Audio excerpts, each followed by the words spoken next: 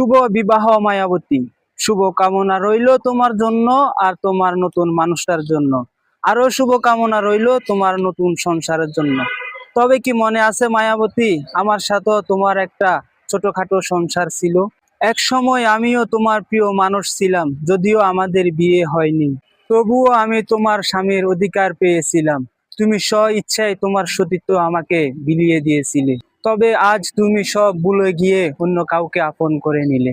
আমি ভাগ্যের দোষ দিয়ে সবকিছু মেনে নিতাম, যদি দেখতাম পরিবারের চাপে নিজের অমতে তোমার অন্য কাউকে গ্রহণ করতে হচ্ছে। কিন্তু আমি অবাক হয়েছি, কারণ আমি আমার মায়াবতীকে পালিয়ে গিয়ে নিজের পছন্দের মানুষকে কোর্টের মাধ্যমে গিয়ে বিয়ে করতে দেখেছি। তবে আমি কে ছিলাম? আমি কি তোমার অপছন্দের তালিকায় ছিলাম? তবে কি শুধু যৌবনের জ্বালা নিবানোর জন্য কি আমার কাছে এসেছিলে, নাকি আমাকে ধ্বংস করার জন্য এই খেলা খেলেছিলে?